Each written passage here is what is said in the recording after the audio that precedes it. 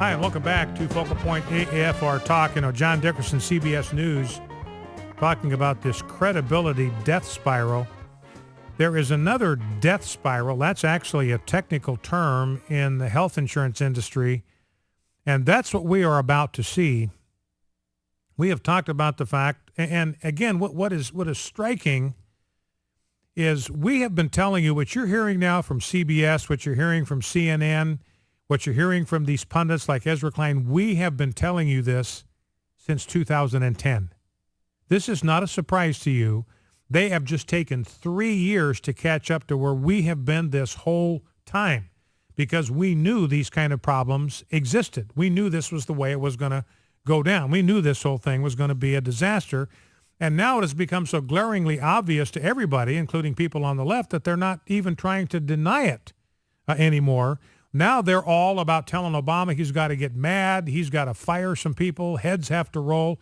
So what they're all admitting is this is a complete failure, and they're rooting for Obama to find the right people to blame it on and send them off into the wilderness. And like the scapegoat back in Leviticus 16, Day of Atonement, you'd have the high priest, he would place his hands on the head of the sacrificial animal and transfer symbolically all of the sin of the people to the head of that animal, the scapegoat, and then they'd send it off in the desert to die.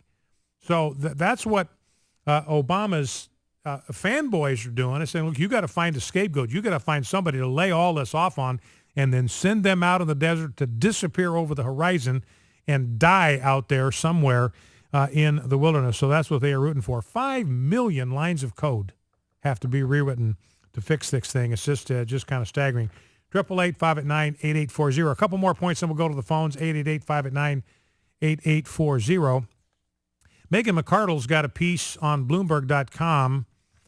4 things we think we know about Obamacare. I want to touch on these very, very briefly, and then we'll go to the phones. Number 1, there is a myth out there that you have until March 31 to buy health insurance. That is not true.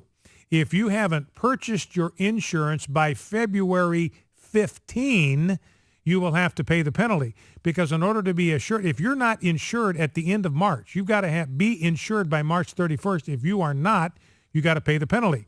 The only way you can get insurance on March 31st or by March 31st is to buy it by February 15, because it takes them a couple of weeks to get you actually on the roll. So if you want to have insurance that goes into effect March 1, so you're covered on March 31st, your deadline is February 15. Otherwise, you're going to be stuck with the penalty.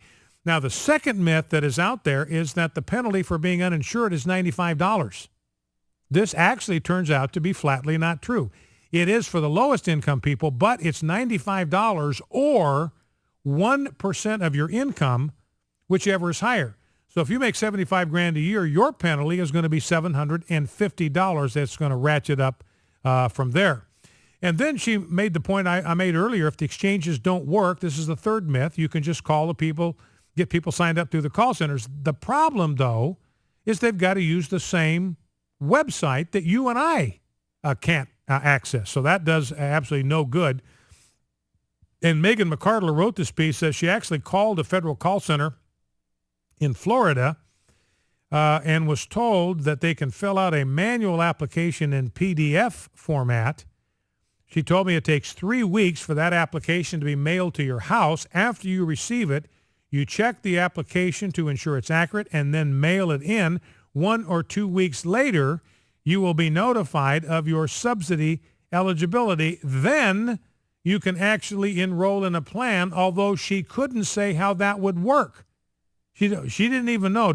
At that point, am I supposed to call back in again? Am I supposed to go on the website? Where exactly am I supposed to go to actually enroll in this health insurance plan you say that I am now eligible for? The fourth myth is that the state exchanges are doing fine. You heard President Obama today talking about Oregon. 56,000 people now have insurance. You know why they have it? They're all on Medicaid. Every last one of them. All 56,000 of the people in Oregon that President Obama's bragging about now have health insurance. They are all on Medicaid. And in part, this is because the Oregon State Exchange doesn't even work. So what Oregon did is they bulked up their Medicaid rolls by targeting food stamp recipients. Now, the problem here is that people that are on Medicaid do not pay premiums. They do not participate in the risk pool. So these people represent absolutely no contribution to the healthcare system. They are, every single one of them, a drain on the healthcare system. I'm not saying that pejoratively. That's just a fact that they contribute no money to the healthcare system, and they bleed it.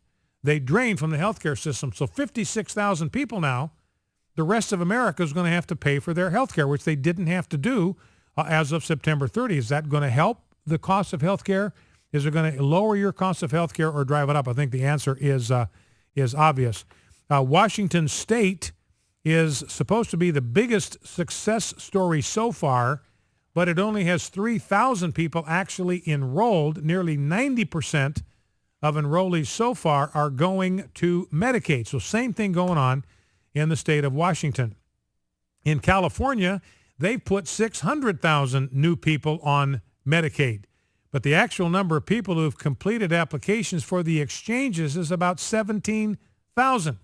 Now, I think what Obama's endgame here is when this thing fails, they're going to say, look, what we need to do is we need to expand the eligibility threshold for Medicaid so everybody in the world that's under the age of 65 can qualify for Medicaid. Boom, instantaneous single payer, because that's what Medicaid is. People pay in, and then their insurance bills are taken care of.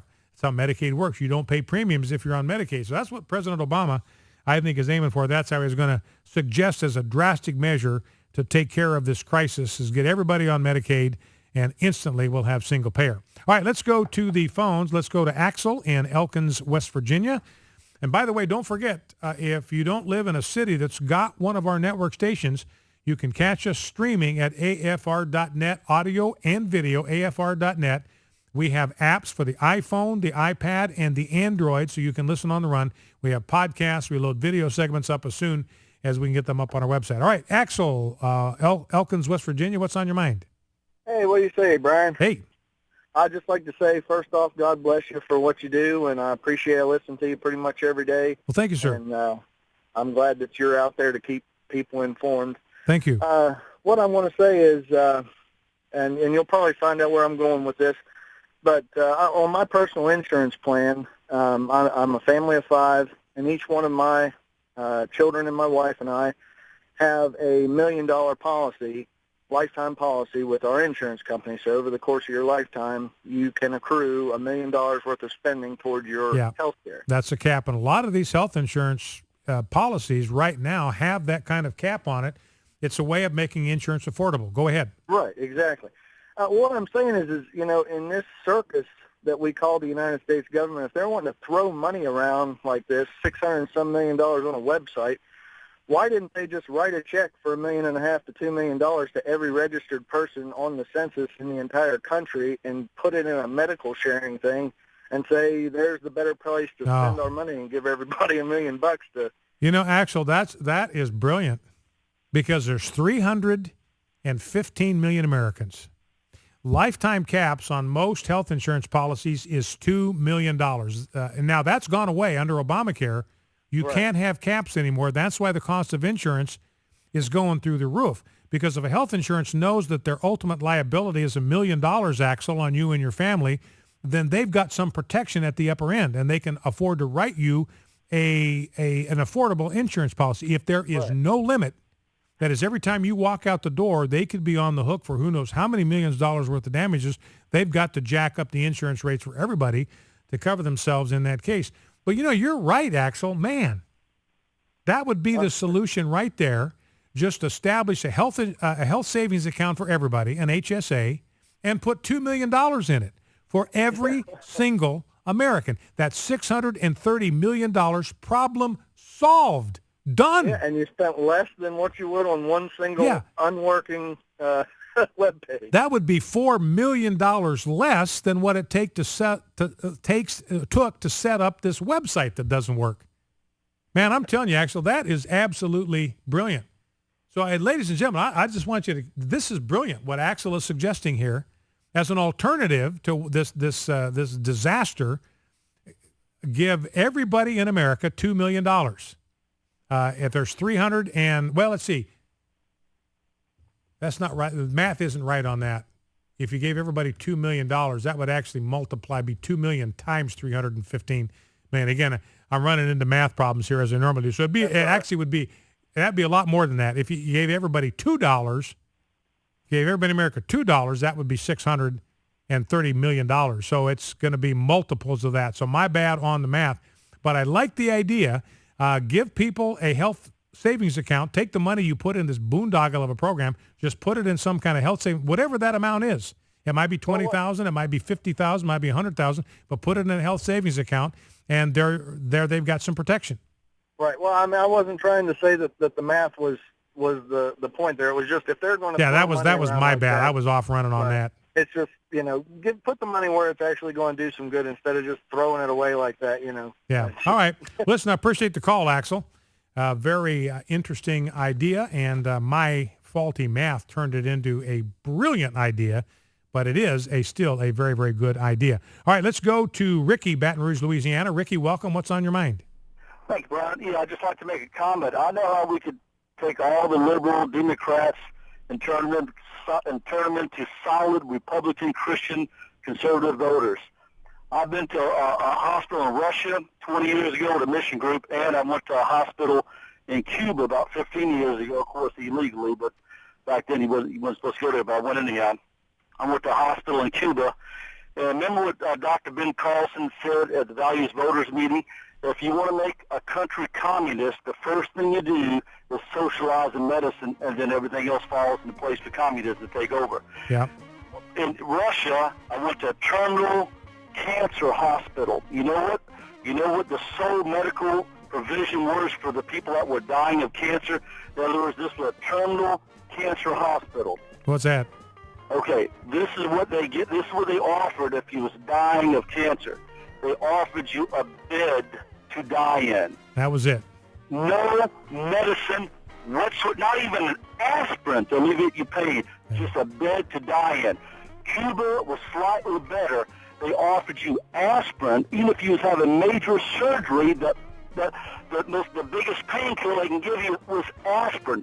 The nurses, I don't know what the nurses, doctors made in Russia. Hey, Ricky, I'm sorry to interject. I'm up against an absolute hard break here, but I appreciate what you're saying about Cuba and Russia. Socialized medicine never has worked, never will. Back in 2.